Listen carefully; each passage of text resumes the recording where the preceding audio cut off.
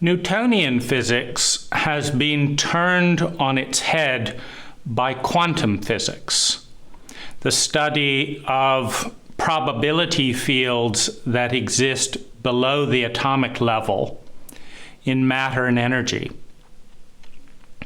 And that rift, that polarity, has remained throughout our century despite the great quest for a unified theory that would simultaneously allow for the behavior of quantum physics, of subatomic particles, and typical Newtonian physics, the behavior of large objects. And to date, science has run dry in that search. And so a bipolar set of rules exists that explains subatomic behavior with this set of laws that are in contradiction with and have nothing to do with that which supposedly explains Newtonian physics with this set of laws. And they don't talk. We have a schizophrenic model of physics. The same schizophrenia exists in the tension between the mathematical model of the psyche. You see, the mathematical model of the psyche is also a process of cause and effects of probabilities.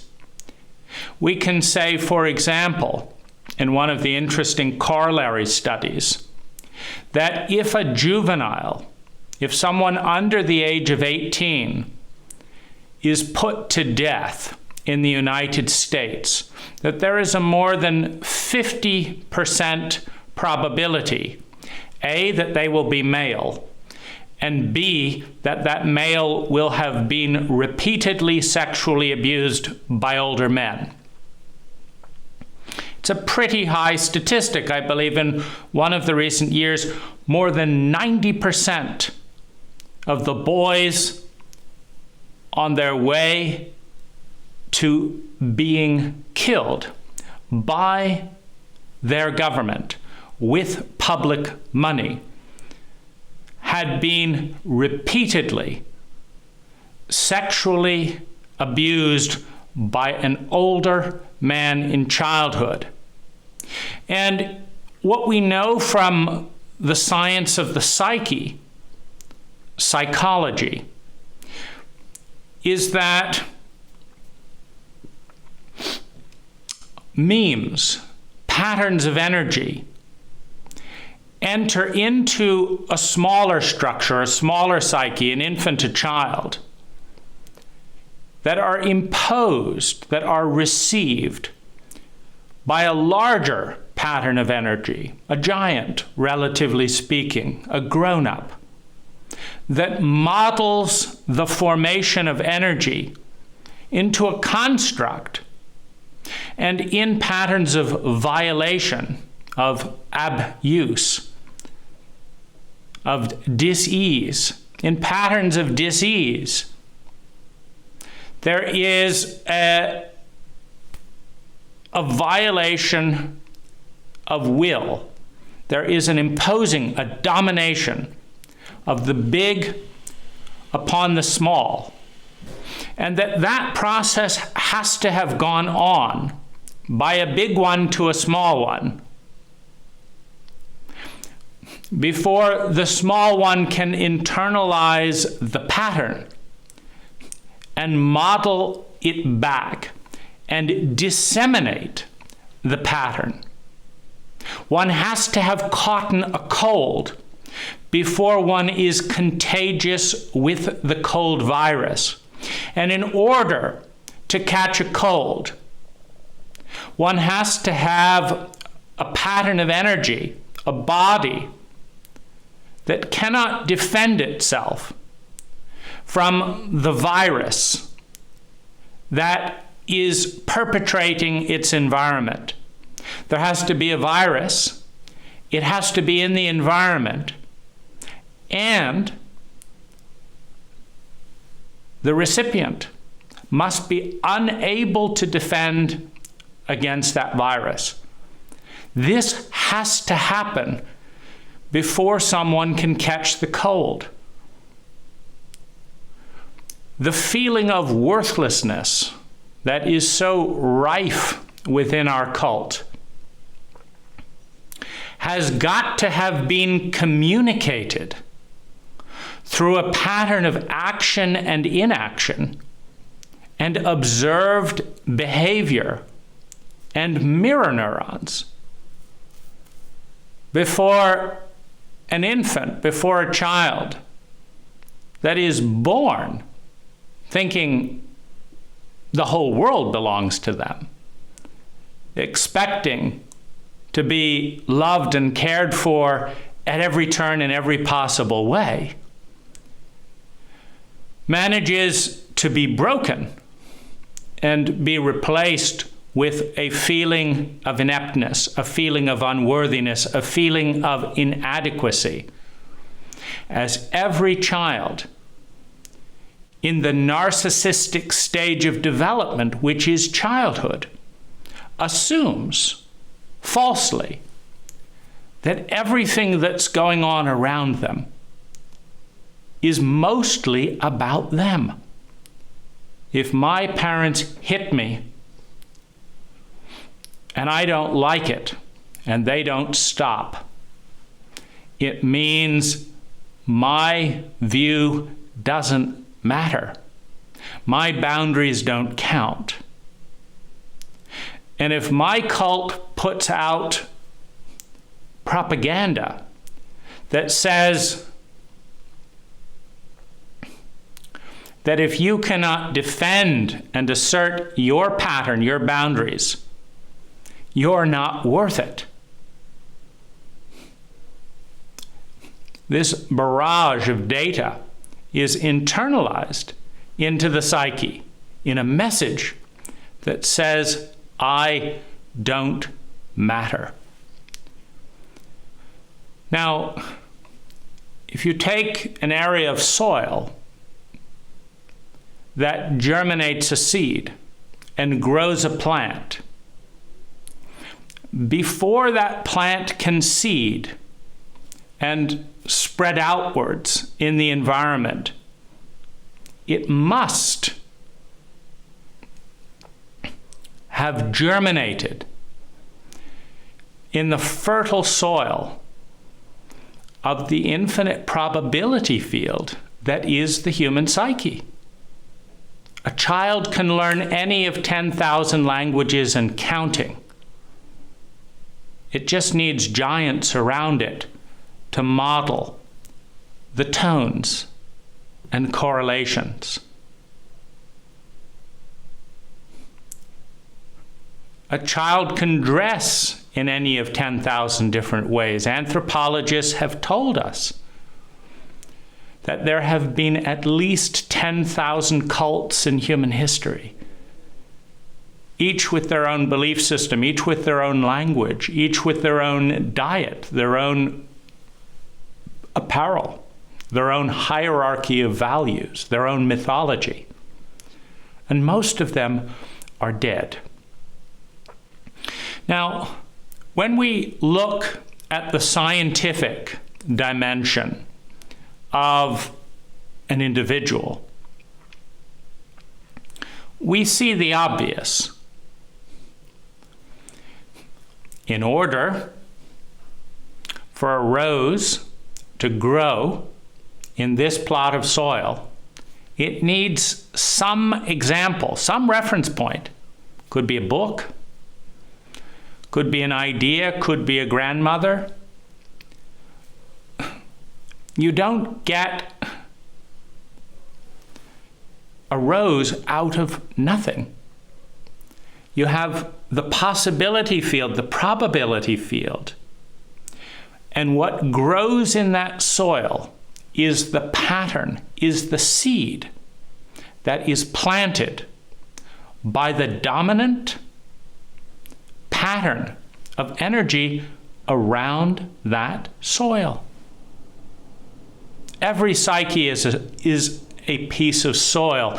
I was traveling in Thailand, where, being a wonderful tropical place where I go to kite surf, I go to kite surf because the corals are beautiful, because kite surfing is cheap, because the water is warm and the beaches are beautiful. So why aren't the Thai swimming and kite surfing? It's not cultural. One day I meet a Thai woman getting ready to launch her kite, and I do a double take. I've seen thousands upon thousands of Thai women. None of them are kite surfing. I've talked with Thai women. They're not interested in learning to swim. What's going on? Well, the girl answered in an Aussie accent. She said, when I was 2 years old, we moved to Australia. And I don't relate to these Thai women, my ancestors, that don't want to swim and don't want to kite. Where I grew up in Australia, men and women are equal. Adventure ranks high. Swimming is cool. Kite surfing is cool. Being a tomboy is cool. So I don't even think about it. And I have no respect. In other words, she's modeling back the Australian attitude towards sensitivity, towards introversion, towards being more feminine, less physical. I don't get these girls. I love kite surfing, she says, through the software, through the operating software of an Australian cult, where it's the right thing to do to be adventurous and learn to swim if you're a girl, if you're a woman. And so she does. She gets inoculated with the Australian cult. Her relatives are inoculated with the Thai cult. They're the same body, the same genetics.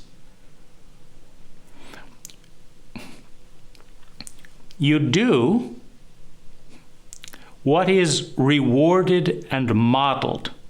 Every human being in the history of humankind wants to feel sustainably better and wants to avoid feeling chronically worse.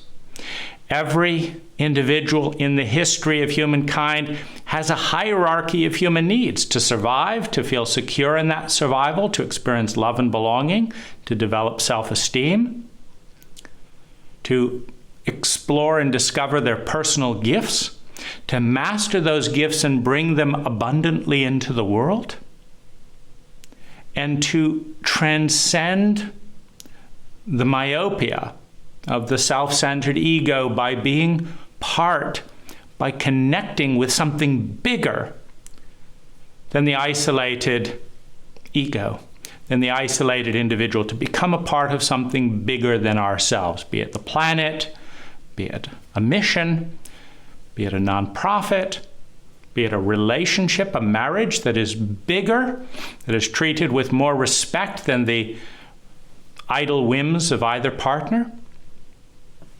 Something bigger, a synergy. To become a part of that is a human drive. On the other side of realizing our personal gifts and delivering those to the world. Now, the mathematics of environment and pattern induction create the individual in statistical terms.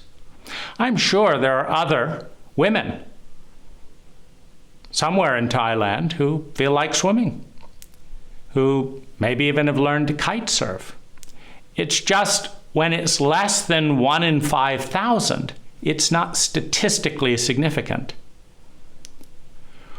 The probability field is a landscape of statistics, and it correlates tightly with environment.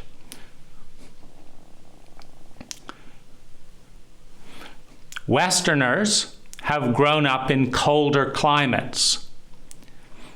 In cold climates, if you don't prepare for the winter, you're dead. Westerners are more sociopathic, more analytical, more fear-based, more calculated, and think about the future more. People in year-round semi-tropics, surrounded by fish, surrounded by tropical fruits, less so. Because they don't die off for being spontaneous, and because spontaneity and living in the present is more fun, takes less energy. It's unnecessary to fear for the future. It's much more of a take it as it comes, don't worry, be happy. That works in Thailand. It doesn't work in New York. It doesn't work financially. It doesn't work physically. You are dead if you don't get off the beach in July and go and chop wood, or put a little money aside for the future when 3 feet of snow hits the ground. Now, the physics of cause and effect suggest that if you want less addiction, you need to have more competent parenting, stronger community. If you want more addiction, have more wars, induce more PTSD, shame men for symptoms of PTSD, and a large portion of them will turn to addiction in one form or another. Or suicide, if the addiction doesn't keep the pain in check. The cause and effect mathematics of that probability field have less unnecessary wars. There are more Iraqi veterans dead from suicide than died in the Iraqi war. Trauma in a trauma-illiterate culture induces massive amounts of pain. But a trauma-illiterate cult cannot empathize with that massive amount of pain, thus leading to isolation and escalated levels of pain. And when pain goes untended, unempathized with, and unloved, it deteriorates into helplessness, into trauma, into rage, into hatred, into violence and addiction, which, if unhealed and untended, deteriorates into rage and helplessness and violence, first inside, ultimately outside. That is the natural mathematical progression of an event. Now, the mathematics of the cult, you see, there's the mythological dimension of a cult, which is the cult narrative and the cult set of memes and the cult paradigm and the cult set of recipes. Do not fuse with the mathematics of probability fields. In other words, if little Johnny is at school and his mom's being beat up every second Thursday when his dad gets drunk, and his dad gets drunk every second Thursday when he's humiliated at work with his boss and in a state of emotional illiteracy doesn't know what to do with the feelings of humiliation, and rather than getting fired and being shamed by his cult for not being able to provide, he vents all of his helplessness and rage on his wife every second Thursday. Well, little Johnny is asked to believe by his teacher that see cat run is more important than wondering whether or not he's going to lose a father's reputation, whether he'll be put in an orphanage, whether his mom will be dead, whether he will be beaten. And he's worrying about that problem, which has been thrust into his lap by a trauma-illiterate abuse cult that knows how to hurt little boys but doesn't know how to protect them. And his mind is racing at 100 miles an hour. And his teacher, who is traumatically illiterate, emotionally illiterate, psychologically illiterate, and who has the job to get little Johnny to focus on an imaginary cat running in an imaginary space so that he can learn how to spell, is failing at a poorly defined job description. She's told to get this kid to be able to read. But his brain is having nothing of it, because his brain cannot believe the lie suggested by the teacher that his home problems, that his future, that his terror is less important, that his mom's life is less important than whether a fucking cat with a strange symbol is moving across the blackboard. Makes no sense. How can these grown-ups be so crazy? And the grown-ups turn that around and ask him how he can be so crazy, how he can be so incompetent, how he can be so rude as to be focusing on the life of his mother, on the fear of his brother, on the health of his sister, that is not being dealt with by a single grown-up, a single giant around, that is being masochistically undermined by multiple grown-ups with no way out. And he's asked to trust these people when they say that see, cat, run is more important than any of these things, than any of his feelings, than any of the sensations in his body, that his biology, from the science of evolution, has taught him, pay attention to this. It's more important than the fucking imaginary cat. And his teacher slapping him across the face, saying, pay attention to the cat. And herein we have the divide in paradigm. We have the schizophrenia in the individual who has to decide whether to pay attention to the true mathematics of psyche and of biology, of emotion, of belief, of senses and thoughts, and upset and enrage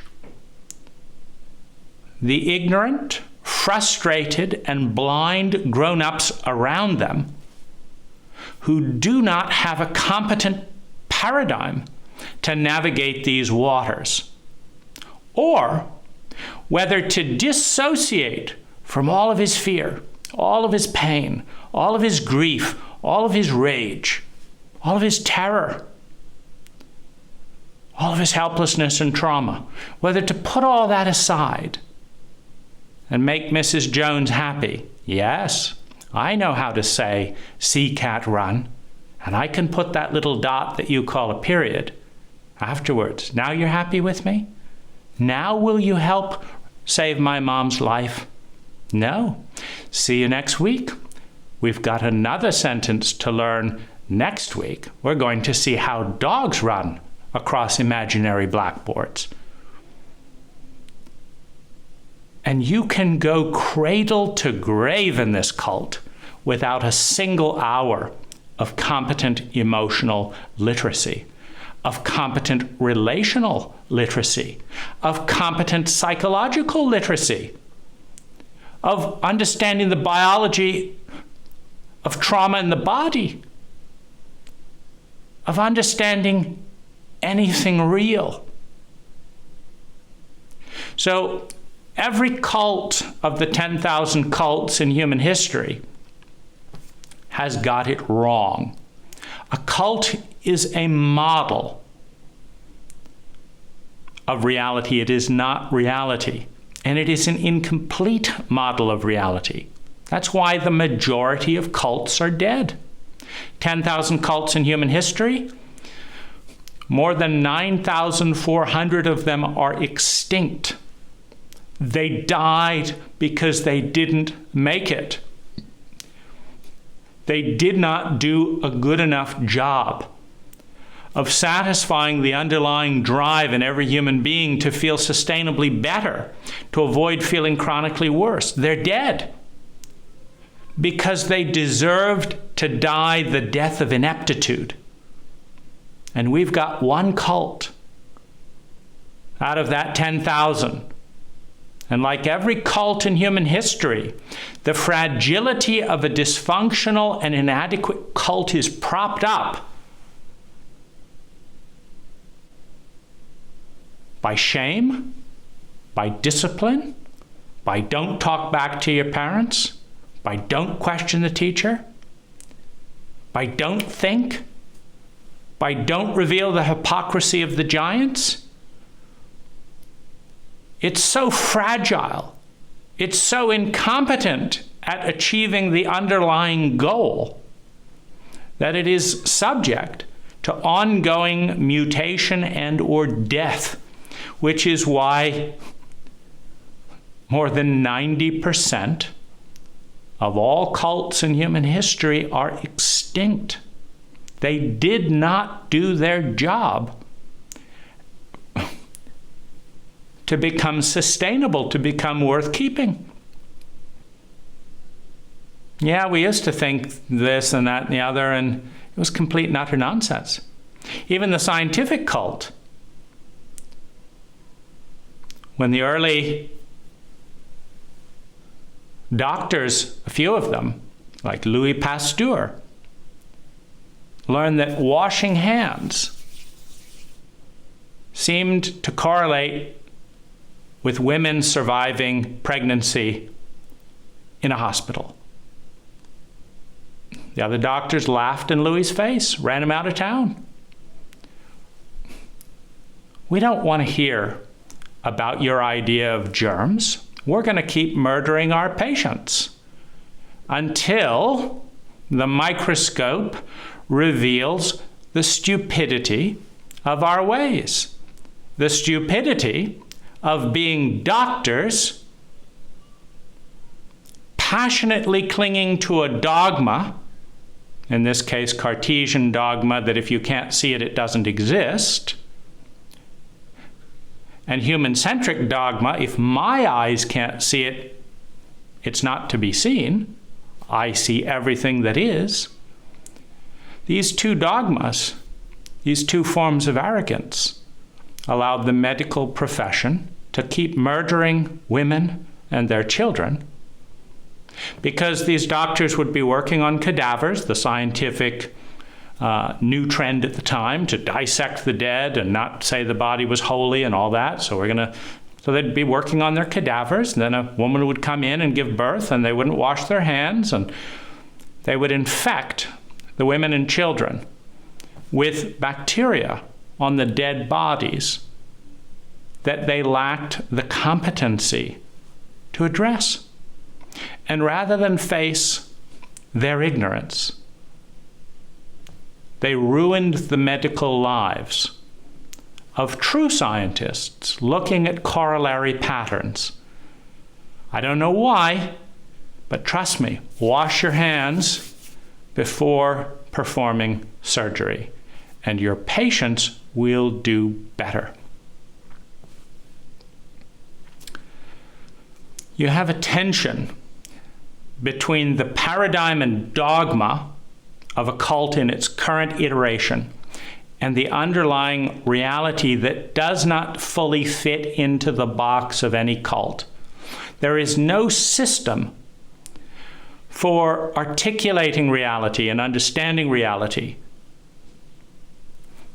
that is complex enough to provide a direct experience of that reality. Plato referred to it in the inspiration from the illusion mysteries of waking up and discovering that the world we think is real, the cult world of thought produced by language, is a dry shadow of the multidimensional, colorful reality that we're trying to perceive through 5 narrow portals of observing and measuring, and a whole host of paradigms, of frames, through which to see pieces of a whole we can't begin to understand within the limitations of the human mind, because set theory in mathematics teaches us conclusively that we cannot fully understand something until we're outside of it, and we cannot become outside of something until we're bigger than it. It's not we can understand it through denial and being outside of it through denial. It's about recognizing things and recognizing more things and moving beyond those things to have a bigger model of reality, and in that context, the smaller models of reality can be understood. We cannot understand the fabric of energy of which we are a part because we are such a small part of it. And yet, as trauma-illiterate human beings, afraid of the unknown, afraid of the change that leads to the unknown, we plaster arrogance and fear of change, of the unknown, of minorities, and of differences all over the place, fighting the bigger patterns that we belong to, that do not fit into the boxes we are capable of conceiving through the frame of our culture through language.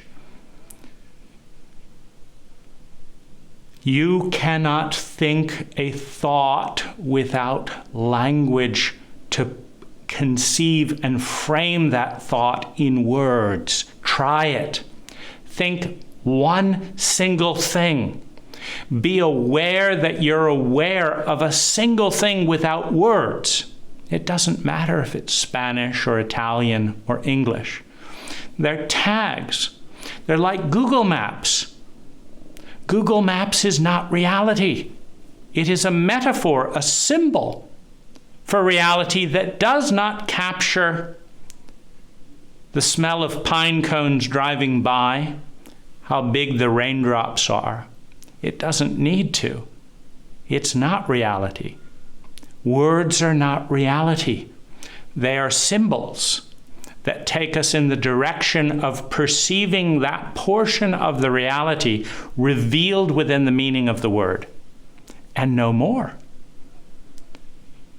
We cannot be conscious of things in our normal egoic state that do not fit into language, that don't collude with our paradigms and dogmas, that don't subscribe to our taboos. It's too big out there. It's too unconscious. It's too multidimensional. It's too real. It's too big. Try and rattle off 100-digit number from memory, and we're just talking digits in a 10-point number system. That's it.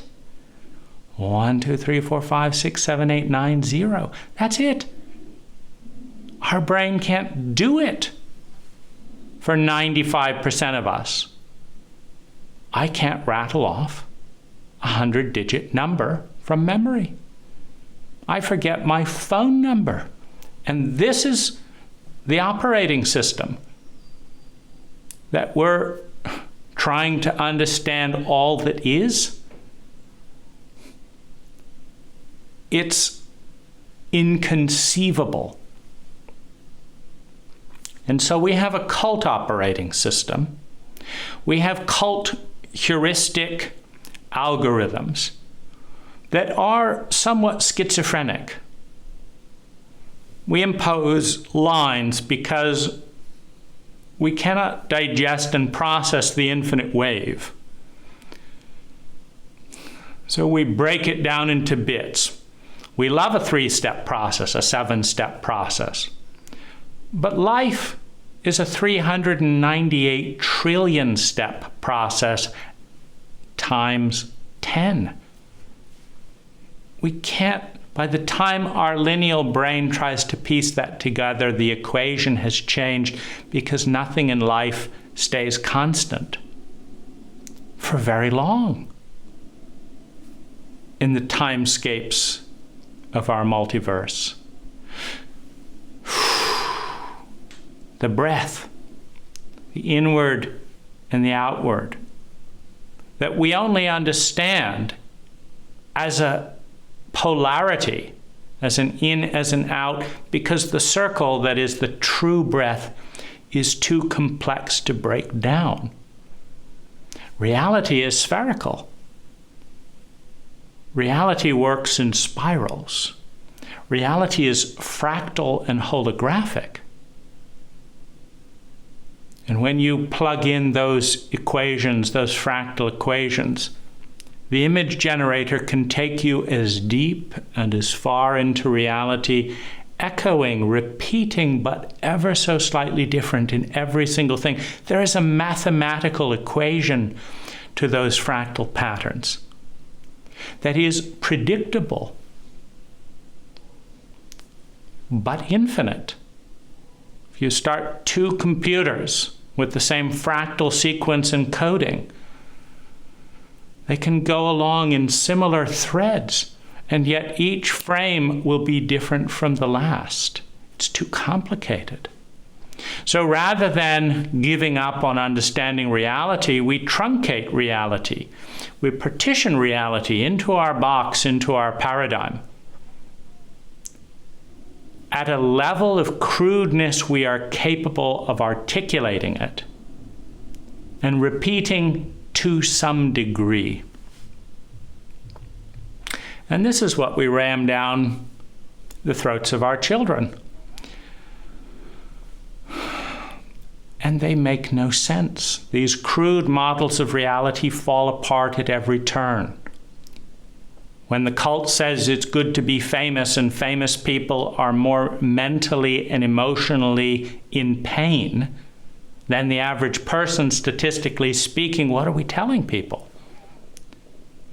When we create a cult measurement system called the Forbes 400 list to measure how many US dollars a given man is worth in the United States, and we fail to track the Forbes 400 most kind people, most effective parents, most excellent teachers, and feel that this is somehow an adequate representation of value.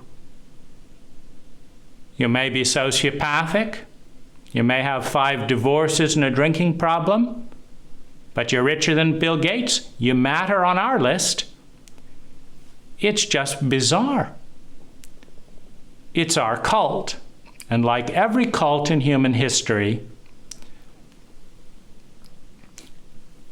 it's doomed to fail or change. We believe we're the only ones doing it right. And our primary reference point is not data. That's the cure in culture. The primary reference point of a cult is itself. Cults are self-referential by nature. That's what makes them a cult. We cut off boys' penises because we cut off boys' penises before. And we cut them off before because we cut them off before that. And before that, we cut off the tips of male penises again. All of those relatives couldn't have been wrong. And we're copying that. So we can't be wrong because they weren't wrong. And they weren't wrong because they weren't wrong. And so here it is, genital mutilation in the 21st century. No scientific studies can conclusively show that the benefits outweigh the trauma.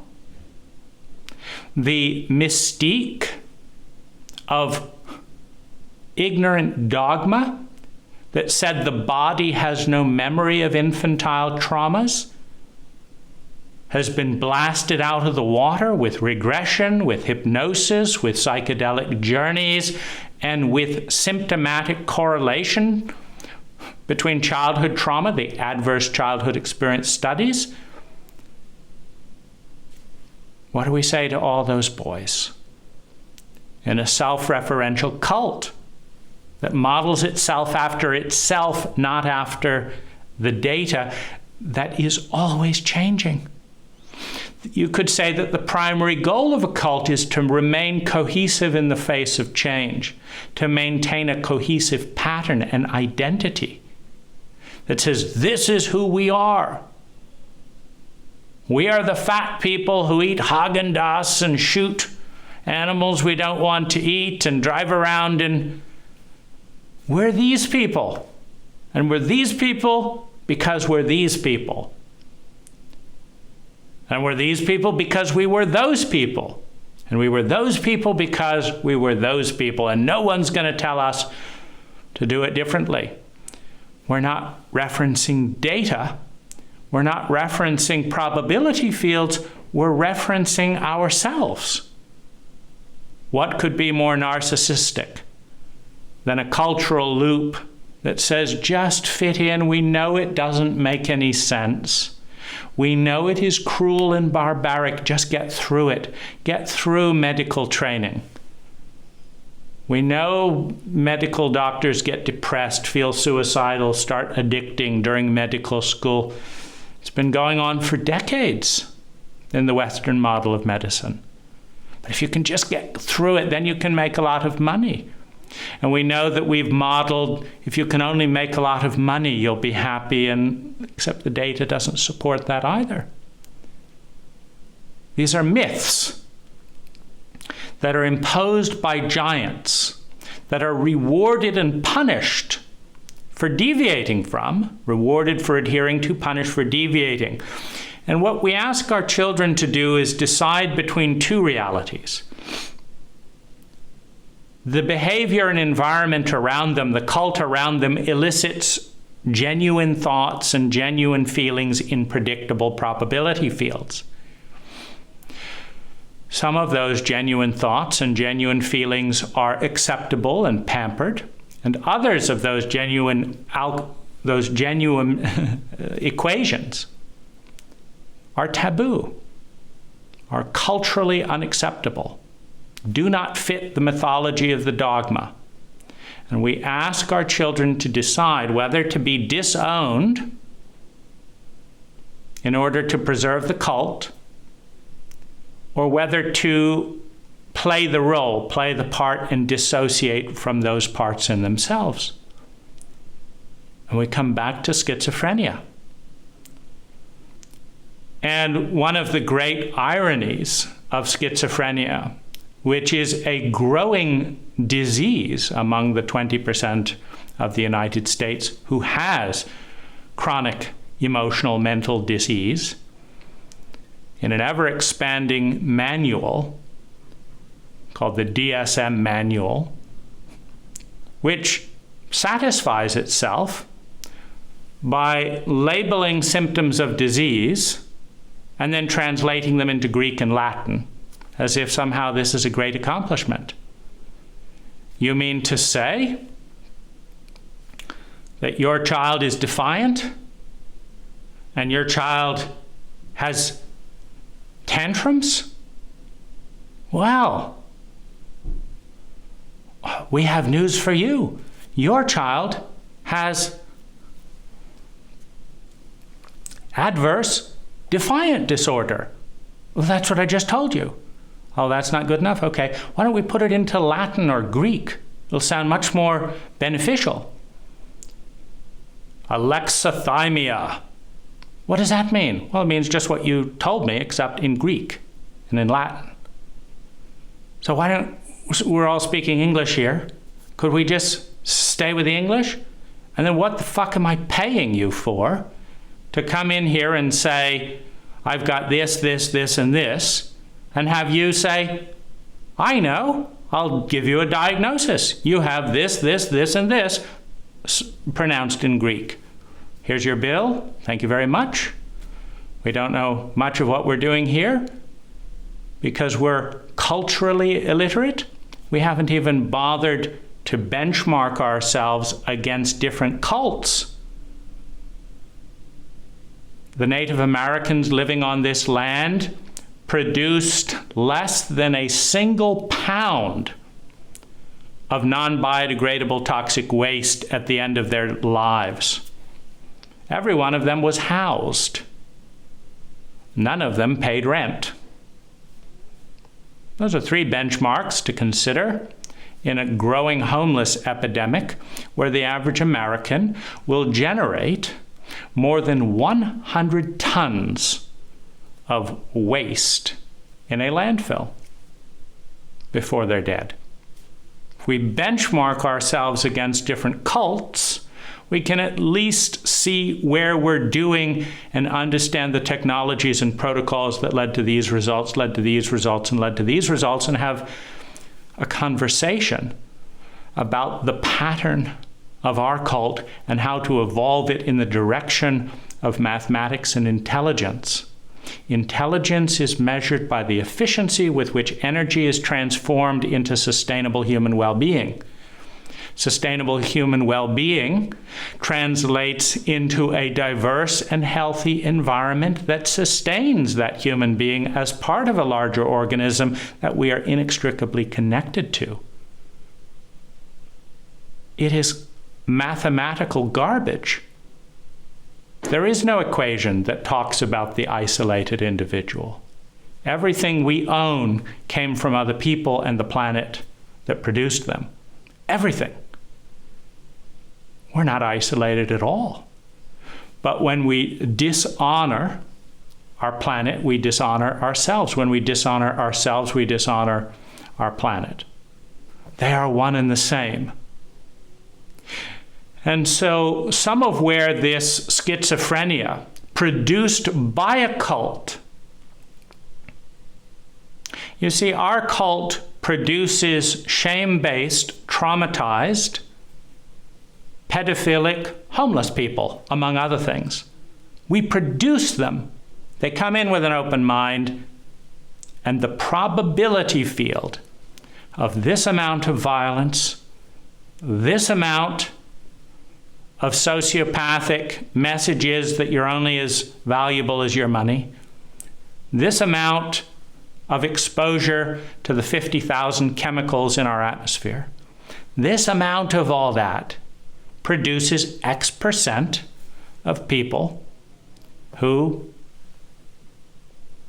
want to shoot up a school, who want to molest children, who beat the shit out of their own children, who want to rape people.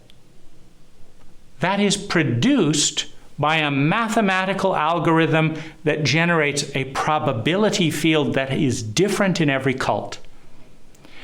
Every cult has different variables, and every cult produces a different statistical probability field. Now, if your cult produces 1% of the population is homeless and 10% panicked around housing costs,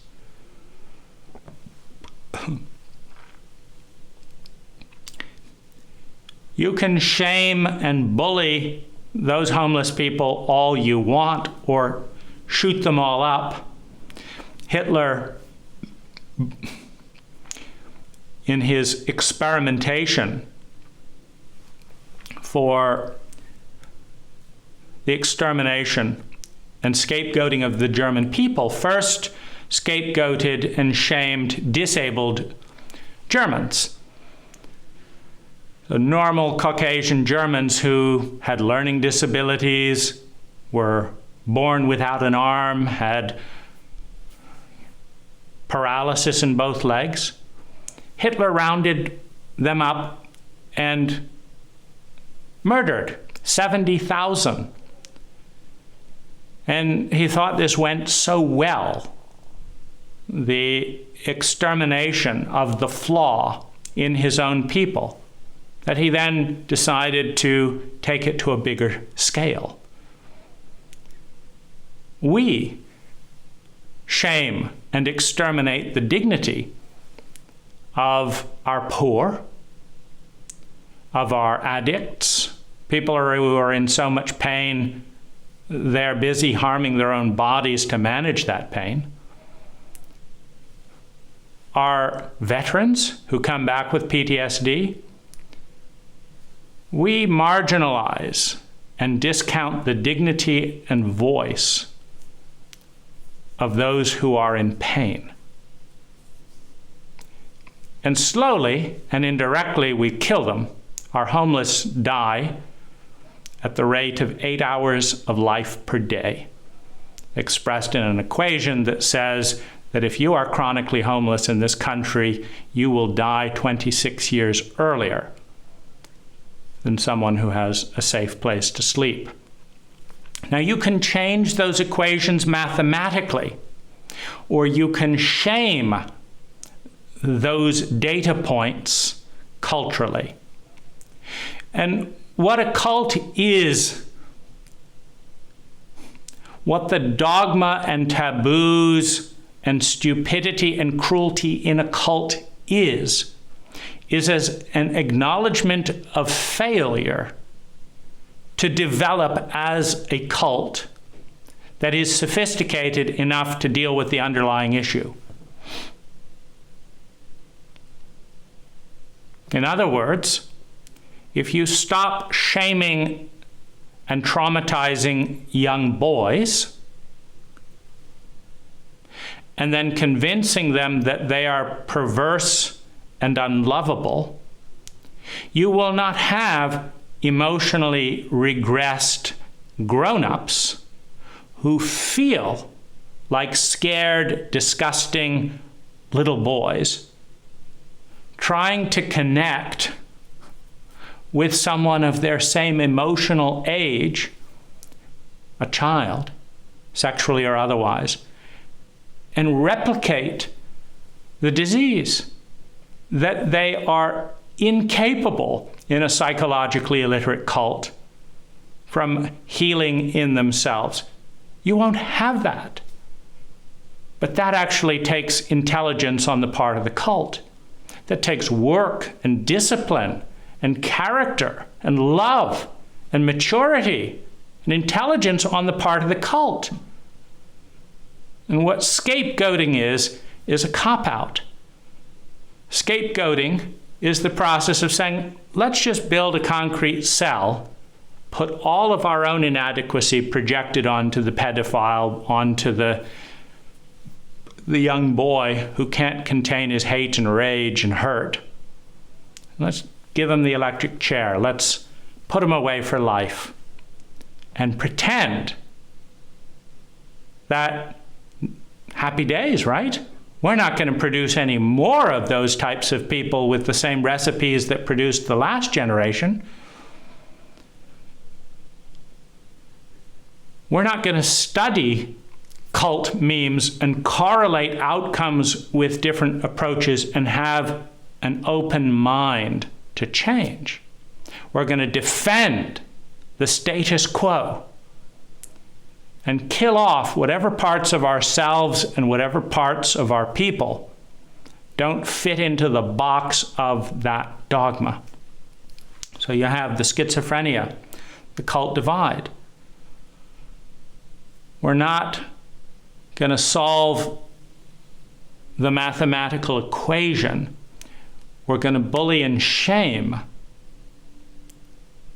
We're going to bully and shame the individuals that reveal the numbers. It's very much in an accounting thing. You can think of cults as corrupt accountants. So if a cult buys a pair of socks for $1 and then sells them for 50 cents, referencing itself, we've always done that before, why wouldn't we do it again? You're going to have a 50% loss on every sale.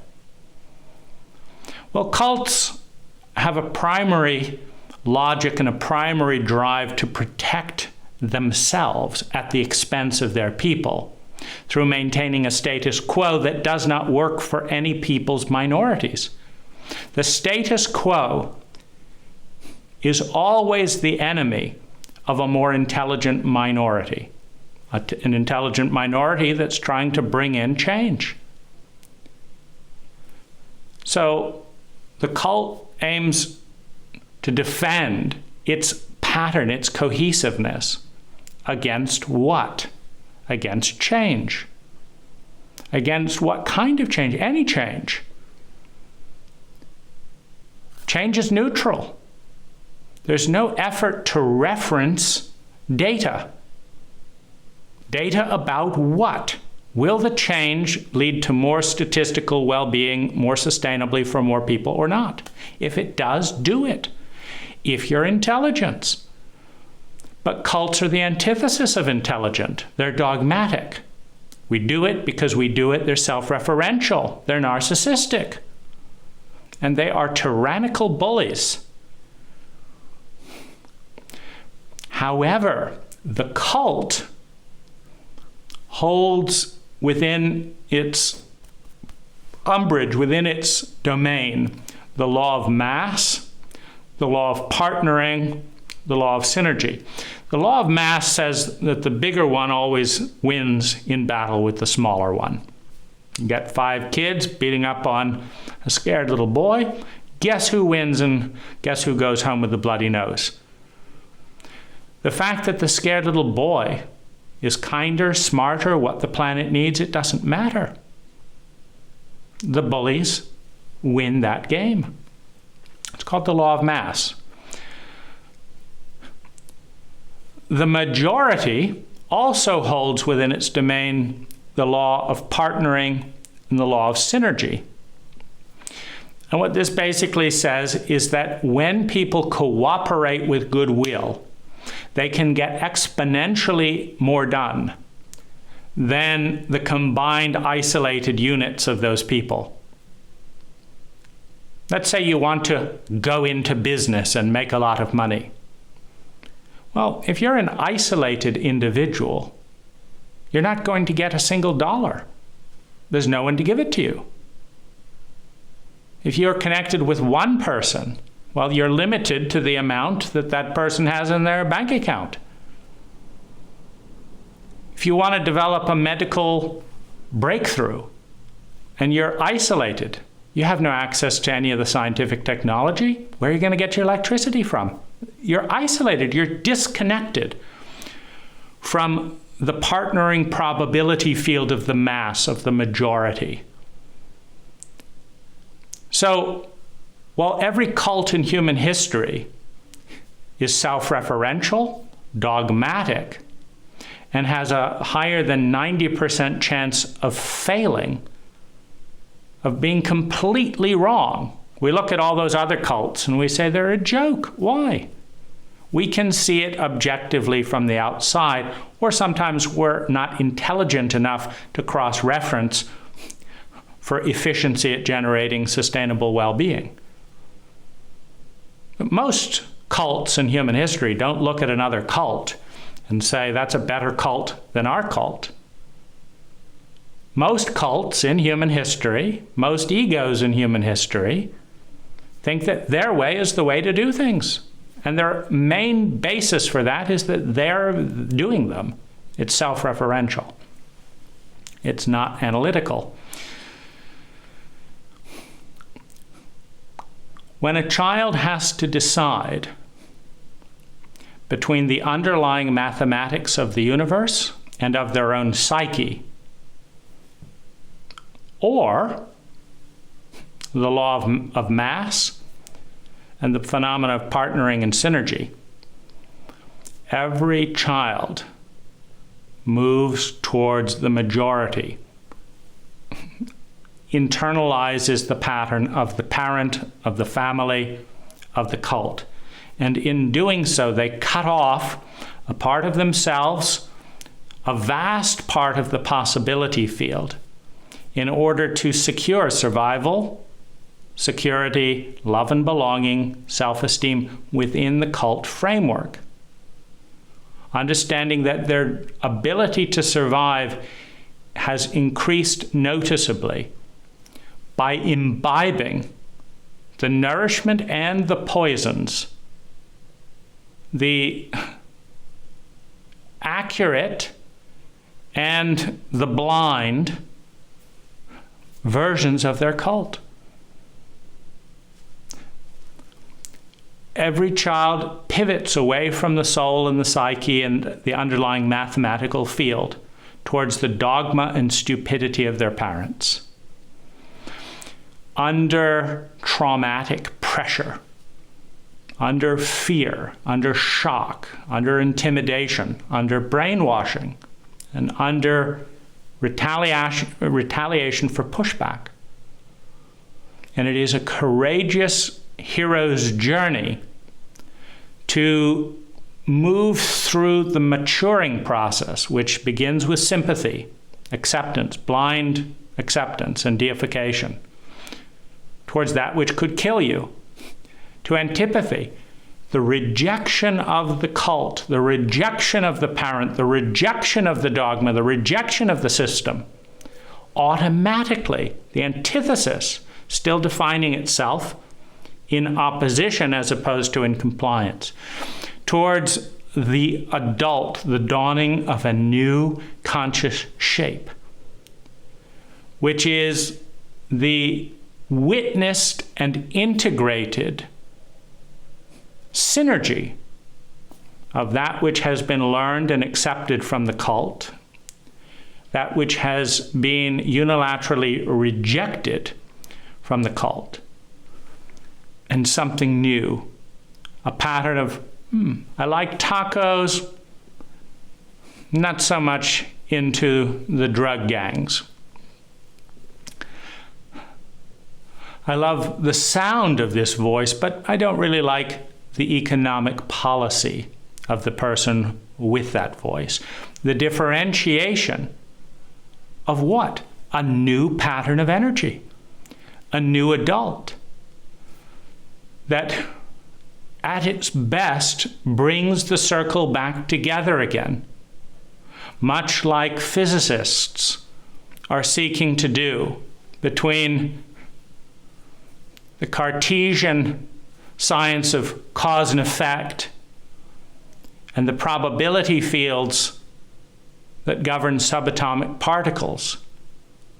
The underlying truth of what makes us feel the way we feel, and the shame and dogma of our cult that says you should feel this way.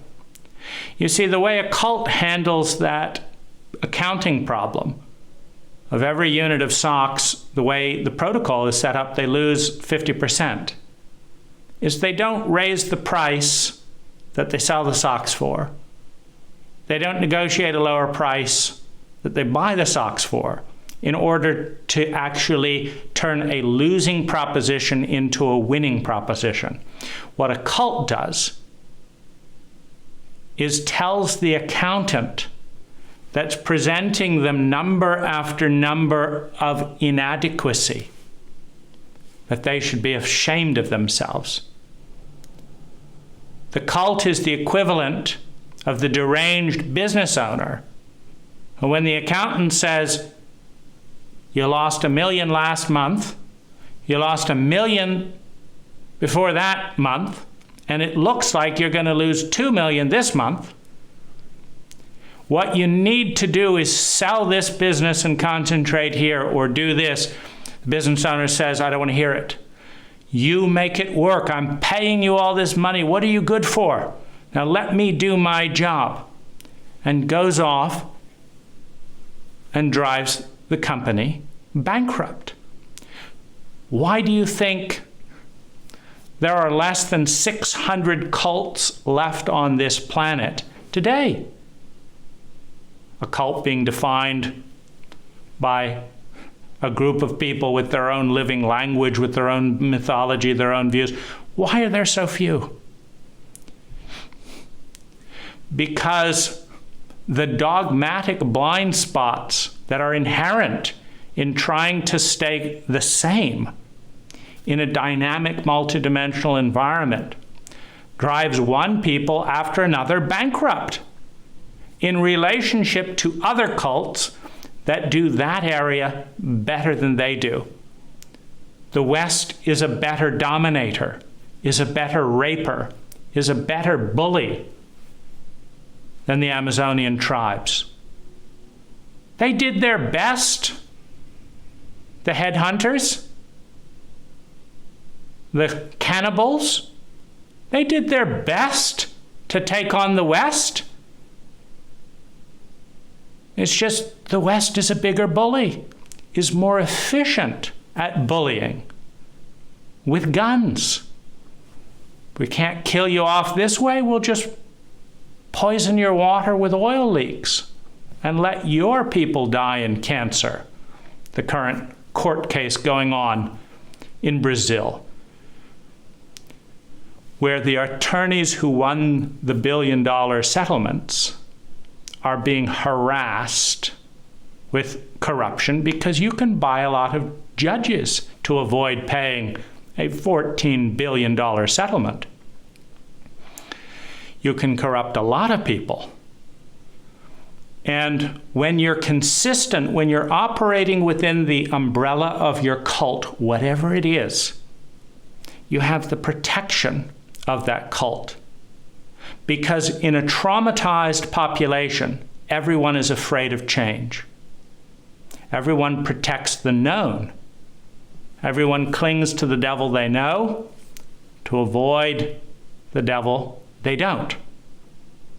Someone steps out of line in the right direction. And unless it's done very carefully and this and that with the blessing of cult leadership or the bribe of cult leadership, it doesn't stick. And it is the anomaly that is cast out. The body casts out germs, patterns, etc., that don't fit the pattern in the body. The cult casts out its minorities, its anomalies, its own distinct new patterns, which are the very group of people. Every great leap forward, every change, every new technology is originally adopted by a distinct, intelligent minority or lucky minority. Often it's sheer dumb luck. Nature likes to win, so nature produces incredible complexity in bodies and psyches and viewpoints in human beings. You put 10 people into this environment and one of them will do better than the others. You put the same 10 people in another environment and another of those 10 people will do better. We're not talking objective strengths in many cases, it's just dumb luck. If you've got a bridge to build and one person in the group has engineering talent, your bridge is going to be better than if you don't. And that may mean the difference between life and death in that group. But groups attack the divergence from the group in search of maintaining order out of the fear of chaos and the fear of the unknown, which is a neutral phenomena. So we have a landmine, or a field of landmines, where we as a cult are killing off and attacking the very minorities that hold the keys to change, evolution, and growth in order to retain cohesion. And as individuals, we are navigating the truth of the numbers. Dad, when you look at me like this, talk to me like this, hit me like this, and then do this, this is how I feel. That is the mathematics. The fact that you have a cult dogma that says that I should love you because you are my father can shame my feelings, but does not result in love. Can edit the outcome in order to survive and feel secure under the reign of your terror, but it does not turn disgust and hate into love. Only changing the algorithm of behavior can do that. And this is the schizophrenia between the underlying mathematics of the psyche and the dogma of the cult.